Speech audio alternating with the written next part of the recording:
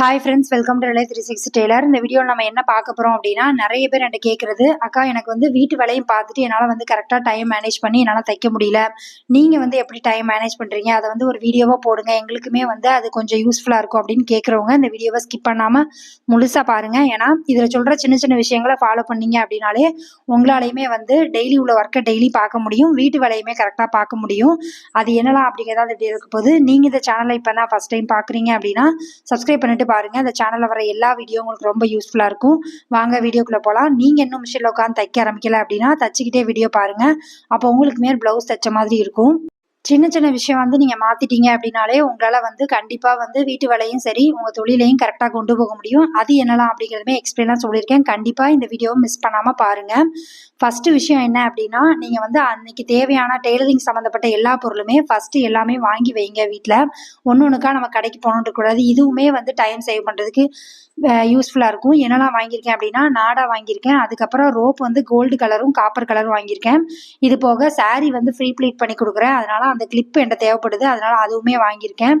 இதுக்கப்புறமா நான் அந்த ஜரி த்ரெட்டு வந்து வாங்கியிருக்கேன். எனக்கு வந்து என்ன எப்பாவது யூஸ் ஆகும், அது வந்து சுத்தமாக இல்லை, அதனால வாங்கியிருக்கேன். அதுக்கப்புறமா அந்த ஸ்டோன் வந்து சொல்லுவோம்ல, ஐ மாதிரி இருக்கும் அந்த ஸ்டோனும், முக்கோணம் மாதிரி இருக்கும்ல அந்த ஸ்டோனுமே வாங்கி வச்சிருக்கேன், யூஸ்ஃபுல்லாக இருக்கும் அப்படிங்கிறதுக்காக. இது வந்து தையல் மிஷினுக்கு ஊசி மாட்டுறதுக்காக வாங்கி வச்சிருக்கேன். கொக்கி பாக்கெட் வாங்கியிருக்கேன். இது போக சின்ன சின்ன ஐட்டம் வந்து என் பொண்ணு கேட்டாங்கிறதுக்காக அதை வாங்கியிருக்கேன். ஒரு ட்ரிம்மருமே வாங்கியிருக்கேன். ட்ரிம்மர் வந்து எனக்கு சீக்கிரமாக கட் ஆயிருது, கீழே விழுந்து உடஞ்சிருது, அதனால தான் நான் அடிக்கடி வாங்குறது இல்லை. அதுக்கப்புறம் நூல் வாங்கியிருக்கேன். இது எல்லாமே நம்ம வந்து கையில் வந்து ஒரு மாதத்துக்கு ஒரு தடவை என்னெல்லாம் காலி ஆயிட்டுங்கிறத பார்த்துட்டு இது ஃபுல்லாகவே நம்ம வாங்கி வச்சா மட்டும்தான் நம்மளால வந்து ரெகுலரா நம்மளால வந்து நம்ம வேலையை வந்து பார்க்க முடியும். இதில் இருக்க பொருள் எல்லாமே நான் ஹோல்சேல் கடையில் வாங்கினது தான். இதோட ரேட் எல்லாமே வந்து உங்களுக்கு வேணும் அப்படின்னா கீழே கமெண்ட் பண்ணுங்கள், நான் வந்து கமெண்டில் ரிப்ளை பண்ணுறேன். இதில் வந்து ஒரு பாக்கெட் ஹூக் வந்து இன்னொரு பிராண்டோடது வந்து நமக்கு வந்து ஒரு பாக்கெட் எக்ஸ்ட்ரா கொடுத்துருக்காங்க. நீங்கள் கடையில் வந்து ஹூக் பாக்கெட் வாங்கினீங்க அப்படின்னா ஒரு சில கடையில் 5 ரூபா, ஒரு சில 10 ரூபா விற்கிது. ஆனால் இது வந்து மொத்தமாக வாங்கும்போது நமக்கு வந்து கம்மியான ரேட்டில் தான் கிடைக்குது. இந்த டாலர் பிராண்ட் வந்து கொஞ்சம் ஹூக் வந்து கொஞ்சம் ஸ்ட்ராங்காக இருக்குது, அதனால நான் அதை வாங்கியிருக்கேன். உங்களுக்கு நீங்கள் வந்து எந்த பிராண்ட் வாங்குவீங்க அப்படிங்கிறதுமே கண்டிப்பா கீழே கமெண்ட் பண்ணுங்க. இதெல்லாம் வந்து கட்டாயமா உங்க வீட்டுல இருக்கிறது. இது போக என்ன எக்ஸ்ட்ரா இருக்கணும் அப்படின்னா, எல்லா கலர்லயுமே ஒரு மீட்டராவது லைனிங் இருக்கணும். இதெல்லாம் கரெக்டா நீங்க வாங்கி வச்சுட்டீங்க அப்படின்னா உங்களால வந்து கண்டிப்பா வந்து உங்க டைமை வந்து சேவ் பண்ண முடியும். ஏன்னா ஒவ்வொரு பிளவுஸ்க்கா நம்ம போய் வெளியில போய் லைனிங் வாங்கிட்டு வர்றதோ, இல்ல நூல் வாங்கிட்டு வர்றதோ, இல்ல ஒரு லேஸ் வாங்கிட்டு வர்றதோ, இது வந்து நம்ம டைம் வந்து வேஸ்ட் ஆகும். வெளியில போயிட்டு வந்தாலே திரும்ப மிஷின்ல போய் உட்கார்றது கொஞ்சம் கஷ்டமா இருக்கும். அதனால இதை வந்து கரெக்டா ஃபாலோ பண்ணுங்க. இன்னொன்று என்ன அப்படின்னா, வீட்டு வேலை அப்படிங்கிறத வந்து வீட்டு வேலையோட முடிச்சிருங்க. வீட்டு வேலையை முடிச்சுட்டு தான் நான் மிஷினில் உட்காரணும் அப்படிங்கிறத வந்து கரெக்டாக ஞாபகம் வச்சுக்கோங்க. எவ்வளோ பெரிய அவசரமான சூழ்நிலை இருந்தால் கூட நீங்கள் வந்து ஃபஸ்ட்டு வீட்டு வேலையை முடிச்சுட்டு தான் என்னை பொறுத்த வரைக்கும் மிஷினில் உட்காரணும். ஏன் சொல்கிறேன் அப்படின்னா, அந்த வேலை பாதியும் வீட்டு வேலை பாதி, தையல் வேலை பாதி அப்படி பண்ணணும் அப்படின்னாலே நமக்கு வந்து அந்த நாள் ஃபுல்லாக வந்து வேலையே செய்யாத மாதிரி ஒரு ஃபீல் இருக்கும். அதனால் வீட்டு வேலை முடிக்கிறீங்க, உங்களுக்கு 11 மணி ஆனாலும் சரி, இல்லை 12 மணி ஆகுதுக்கா அப்படின்னு சொன்னாலும் சரி, உங்கள் வீட்டு வேலையை முடிச்சுட்டு அதுக்கப்புறம் எவ்வளோ டைம் இருக்குது அப்படிங்கிறத பாருங்கள். அதுக்கு தக்கனதான் நீங்கள் வந்து ப்ளவுஸ் தைக்கிறதுக்கு பிளான் பண்ணிக்கணும். இப்போ எனக்கு வந்து நான் 9 மணி 10 மணிக்குள்ளே நான் மிஷினில் உட்கார்றேன் அப்படின்னா ஈவினிங்குள்ளே என்னால் கிட்டத்தட்ட ஒரு 5 ப்ளவுஸாவது எனக்கு இடையில ரெஸ்ட் எடுத்துகிட்டு கூட என்னால் தைக்க முடியும். உங்களுக்கு வந்து ஒரு ப்ளவுஸ் தைக்கிறதுக்கு எவ்வளோ டைம் ஆகுது அப்படிங்கிறத முதல்ல பாருங்கள். என்னை விட ஃபாஸ்ட்டாக தைக்கிறவங்களும் இருப்பாங்க, என்னை விட ஸ்லோவாக தைக்கிறவங்களும் இருப்பாங்க. நான் என்ன மாதிரி தான் தைக்கிறாங்க அப்படிங்கிறது நம்ம யாருக்குமே சொல்ல முடியாது. ஒரு சிலருக்கு ஒரு ப்ளவுஸ் தைக்கிறதுக்கு 1 ஹவர் ஆகலாம், ஒரு சிலருக்கு 40 நிமிஷத்தில் நான் தைப்பேன் அப்படிம்பீங்க. நீங்களுமே எத்தனை நிமிஷத்தில் தைப்பீங்க அப்படிங்கிறதையுமே கண்டிப்பாக கீழே கமெண்ட் பண்ணுங்கள். எப்போவுமே வந்து ஒரு ப்ளவுஸ் தைக்கிறதுக்கு உங்களுக்கு எவ்வளோ டைம் ஆகுது அப்படிங்கிறத பொறுத்து தான் ஒரு நாளைக்கு உங்களால் இவ்வளோ ப்ளவுஸ் தைக்க முடியும் அப்படிங்கிறத நீங்கள் டிசைட் பண்ண முடியும். அதே மாதிரி இன்னைக்கு நான் இந்த ப்ளவுஸ் தைக்க போகிறேன்னு முடிவு பண்ணிட்டா, என்ன ஒரு சூழ்நிலை வந்தாலும் நைட்டு ஒரு 10 மணிக்கு நான் வெளியே போயிட்டேங்க்கா, இன்னைக்கு தைக்கணும்னு நினைச்சேன், நாளைக்கு பார்த்துக்கலான்னு விட்டேன் அப்படின்னு விடாம, இன்னைக்கு நான் 10 மணிக்கு நைட்டு வந்தா கூட நான் வேலையெல்லாம் முடிச்சுட்டு திரும்ப மிஷினில் உட்காந்து அதை முடிச்சுட்டு தான் தூங்கணும் அப்படிங்கிற எண்ணம் வந்து உங்களுக்கு வந்துருச்சு அப்படின்னாலே உங்களோட டெய்லி ஒர்க் டெய்லி உங்களால் பண்ண முடியும். நானுமே வந்து ஸ்டார்டிங் ஸ்டேஜில் ஃபோன் பார்த்துக்கிட்டு, ஃபோனில் பேசிக்கிட்டு, இல்லை வந்து பக்கத்து வீட்டில் உட்காந்து பேசிக்கிட்டு, இந்த மாதிரிலாம் டைம் வேஸ்ட் பண்ண ஆள் தான். இப்போ வந்து நமக்கு என்ன தோணுது அப்படின்னா, மெச்சூரிட்டி அப்படிங்கிறத தாண்டி நம்ம வந்து நம்ம வேலையை நம்ம ஒழுங்காக பார்த்தோன்னா நமக்கு ஒரு வருமானம் கிடைக்கும். அதை ஏன் நம்ம வந்து வேஸ்ட் பண்ணணும் அப்படிங்கிற மாதிரி எண்ணம் ஒன்று. இன்னொன்று என்ன அப்படின்னா, நமக்கு வந்து தேவையுமே அதிகமாக இருக்குது. உண்மையை சொல்லணும்னா நிறைய வந்து சம்பாதிக்கிறோம், ஆனாலுமே வந்து நமக்கு பத்த மாட்டேங்குது அப்படிங்கிற சூழ்நிலை தான் நம்ம வாழ்ந்துட்டுருக்கோம். ஏன்னா வாடகை வீட்டில் தான் இருக்கிறோம், வாடகை கொடுக்க கொடுக்கணும். இது போக வந்து மந்த்லி வந்து நம்ம வந்து ஜாமான்லாம் வாங்கணும் சமைக்கிறதுக்கு. இது போக கேஸ் வாங்கணும். இந்த மாதிரி சின்ன சின்ன விஷயங்கள் வந்து செலவு அதிகமாகிக்கிட்டே இருக்கு. அப்படிங்கும்போது நமக்கு வருமானமும் கொஞ்சம் அதிகமாக தேவைப்படுது. அப்படிங்கிறனால நம்மளும் நம்ம வேலையை பார்த்தா தான் நம்மளால ஃபேமிலியை வந்து சண்டை இல்லாமல் பிரச்சனை இல்லாமல் கொண்டு போக முடியும் அப்படிங்கிற எண்ணம் வந்து நமக்கு வந்துருச்சு. எல்லா நேரமுமே நான் இப்படிதான் இருப்பேனா அப்படின்னு கேட்டா, கண்டிப்பா ஆமா. இப்படிதான் இருப்பேன். எனக்கு வந்து உடம்பு சரியில்ல அப்படின்னா கூட, அன்னைக்கு வந்து ஒரு நாள் தைக்கிற இடத்துல ப்ளவுஸ் தைப்பேனே தவிர, மத்தபடிக்கு தைக்காம நான் ஒரு நாள் கூட ஸ்கிப் பண்ண மாட்டேன். ஆனா, சண்டே வந்து ஞாயிற்றுக்கிழமை ஆனா கண்டிப்பா தைக்க மாட்டேன். ஏன்னா, வீட்ல வந்து அன்னைக்கு தான் வேலை அதிகமாவும் இருக்கும்.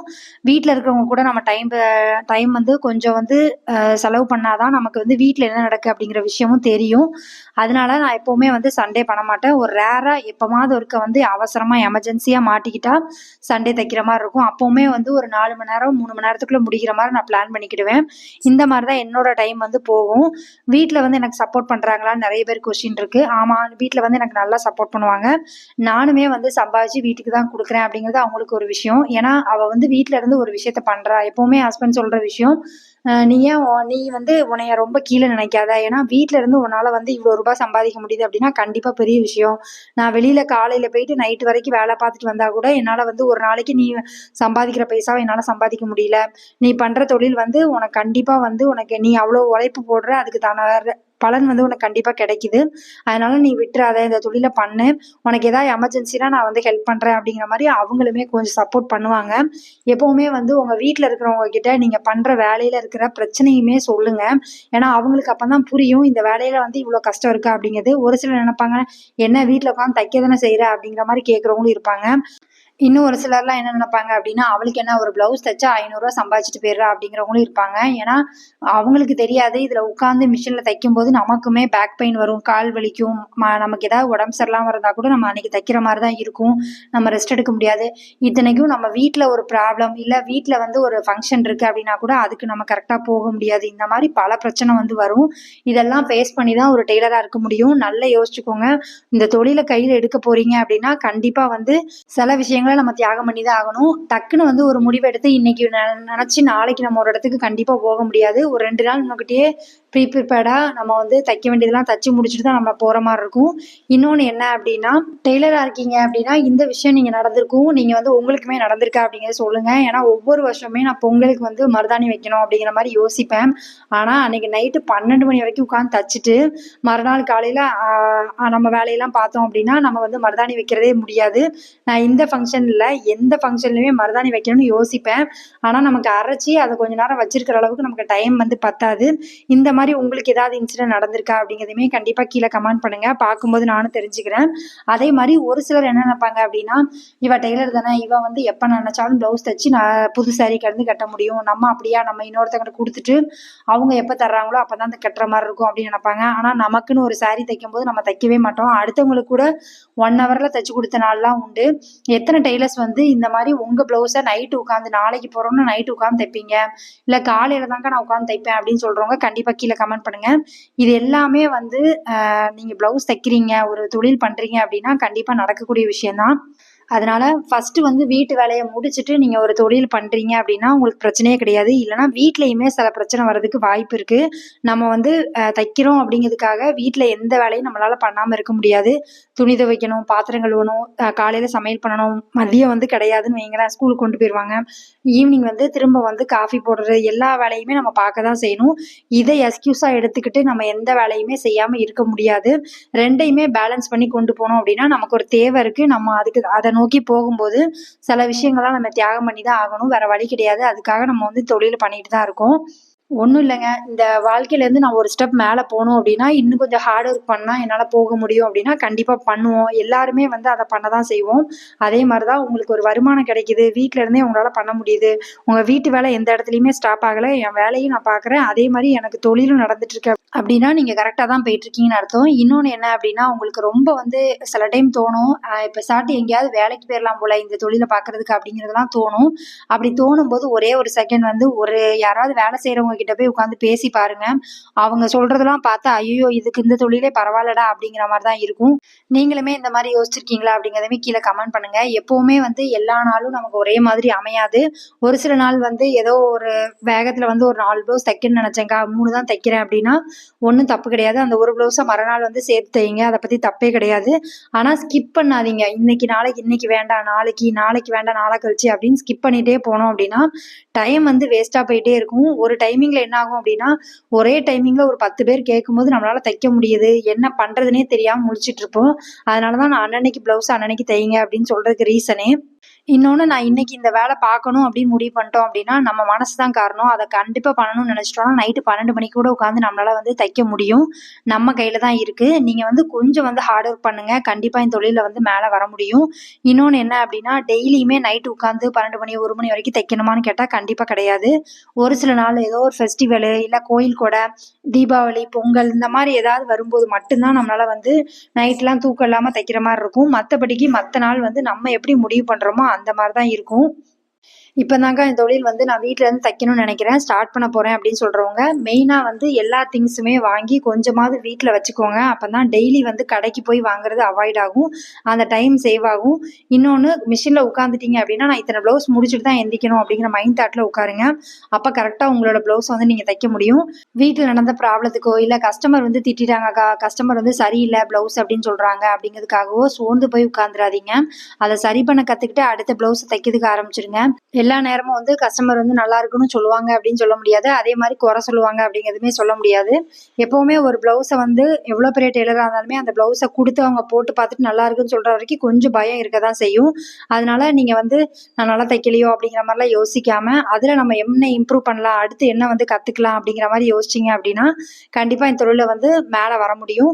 இன்னொன்னு கஸ்டமர் வந்து ரெகுலரா வந்து கடையில கொடுக்குறவங்களே வந்து சில பேர் வீட்டுல கொடுக்கறதுக்கு ரீசன் என்ன அப்படின்னா கொஞ்சம் சீக்கிரமா தச்சு கொடுப்பாங்க அப்படிங்கிறது தான். அதனால அந்த நம்பிக்கையை வந்து கரெக்டா காப்பாத்துங்க. அவங்க கேட்குற டைம்ல நம்ம கேட்குற முன்னாடியே நம்ம வந்து ரெடி பண்ணி கொடுத்துட்டோம் அப்படின்னா அவங்களுக்கு அதுதான் ஒரு சந்தோஷம். ஏன்னா நம்ம ஒரு நாள் முன்னாடி கொடுத்துட்டோம் அப்படின்னா அவங்க போட்டு பார்த்துட்டு ஆல்ட்ரி இருக்கு அப்படின்னா அது சரி பண்ணிக்கிடுவாங்க. இதே இது நாளைக்கு ஃபங்க்ஷன் நான் நைட்டு தான் கொடுக்குறேன் அப்படிங்கும்போது காலையில போட்டு ஏதாவது ஃபால்ட் ஆச்சு அப்படின்னா நம்ம அதை சரி பண்ணி கொடுக்க நமக்கு டைமும் இருக்காது. அதனால முதல்ல வந்து நீங்க கரெக்ட் பண்ணி முந்தின நாளே கொடுத்துட்டீங்க அப்படின்னா உங்களுக்கும் அவங்களுக்குமான பிரச்சனை வந்து கொஞ்சம் கம்மியா வரும். அதையும் பார்த்துக்கோங்க. Thank you friends. இவ்வளவு நேரம் வீடியோ பார்த்ததுக்கு ரொம்ப நன்றி. இந்த வீடியோ வந்து உங்களுக்கு பிடிச்சிருக்கும்னு நினைக்கிறேன். பிடிச்சிருக்கு அப்படின்னா லைக் பண்ணுங்க, கமெண்ட் பண்ணுங்க, ஷேர் பண்ணுங்க. இந்த மாதிரி வீடியோ வேணும் அப்படின்னாலும் கீழே கமெண்ட் பண்ணுங்க. Thank you friends. இவ்வளவு நேரம் வீடியோ பார்த்ததுக்கு ரொம்ப நன்றி. உங்க ஃப்ரெண்ட்ஸ் யாராவது இப்பதான் தையல் தொழில் பழகுறாங்க அப்படின்னா அவங்களுக்கு இந்த வீடியோவை ஷேர் பண்ணி விடுங்க. Thank you friends. தேங்க்யூ.